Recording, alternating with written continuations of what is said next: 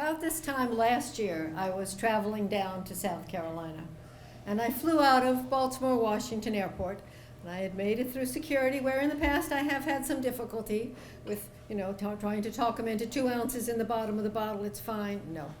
But I had nothing contraband. I was sitting down to put my shoes back on, and I looked down, and there was a little beagle looking up at me, an elderly beagle, gray around the muzzle.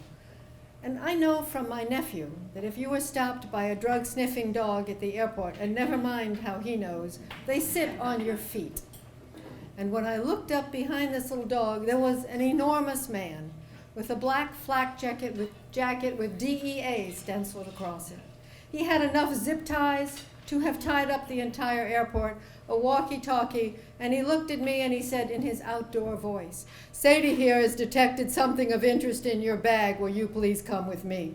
So I picked up my bag, I pulled up the handle, and I followed him and the dog slowly because she was an old dog.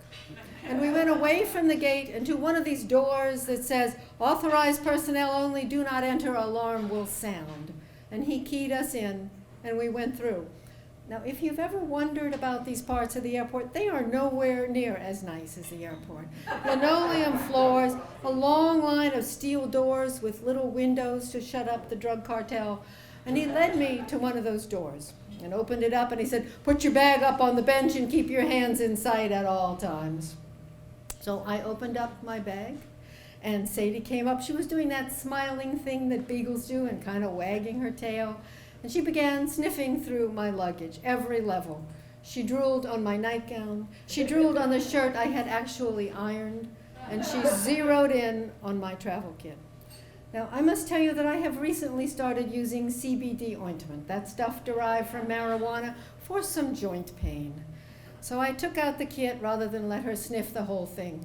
Now, my CBD ointment I bought in one of these little pop-up marijuana stores, and there had been a bunch of construction workers in there with me because they do a lot of damage to their bodies, and they are heavy users of these products. And one of them was telling the salesman, "I have to pass a pee test every month." "No, you'll be fine. You could drink a gallon of this. You could rub it all over yourself. It is so far away from marijuana, it is undetectable." They had never tested it on beagles. So I had taken, mine comes in a big can, like a shoe polish can, and it's really heavy, and it's really expensive. So I had scooped out a little and put it in the tiny jar that came with my travel kit. So to cut to the chase, I opened it up, I took out the jar, and I took off the lid, and Sadie is smiling bigger and bigger, and she is wagging faster and faster. And I held it out to her, and she came up, and she opened her mouth really big, and she ate the jar. And her handler says, "Drop it, Sadie, drop it."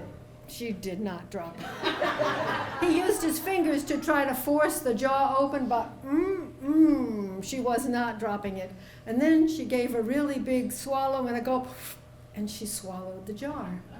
And he said, "What was in that?" And I said, "CBD ointment." And he picked up Sadie and he clutched her to his chest, and he looked like he was about to cry. And he ran down the hall yelling, "Tina, Tina, I need you."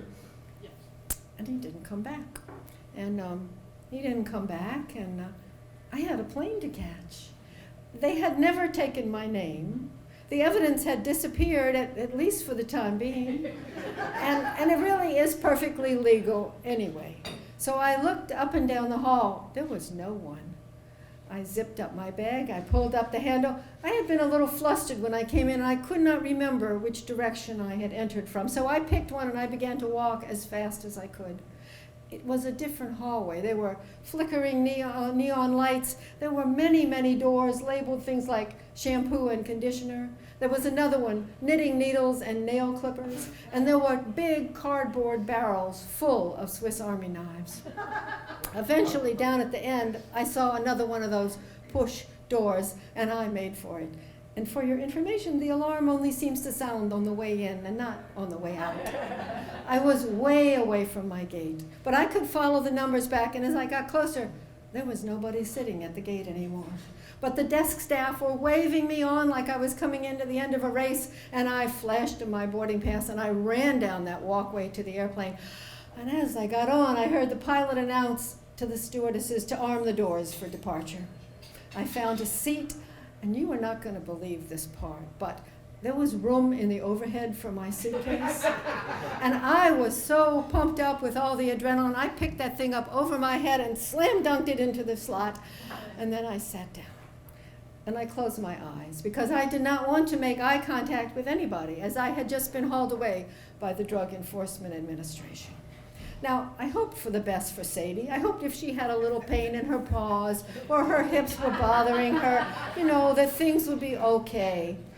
But I didn't know the end of the story until I got to South Carolina. And I flicked on the TV while I was unpacking, and it was the nightly news.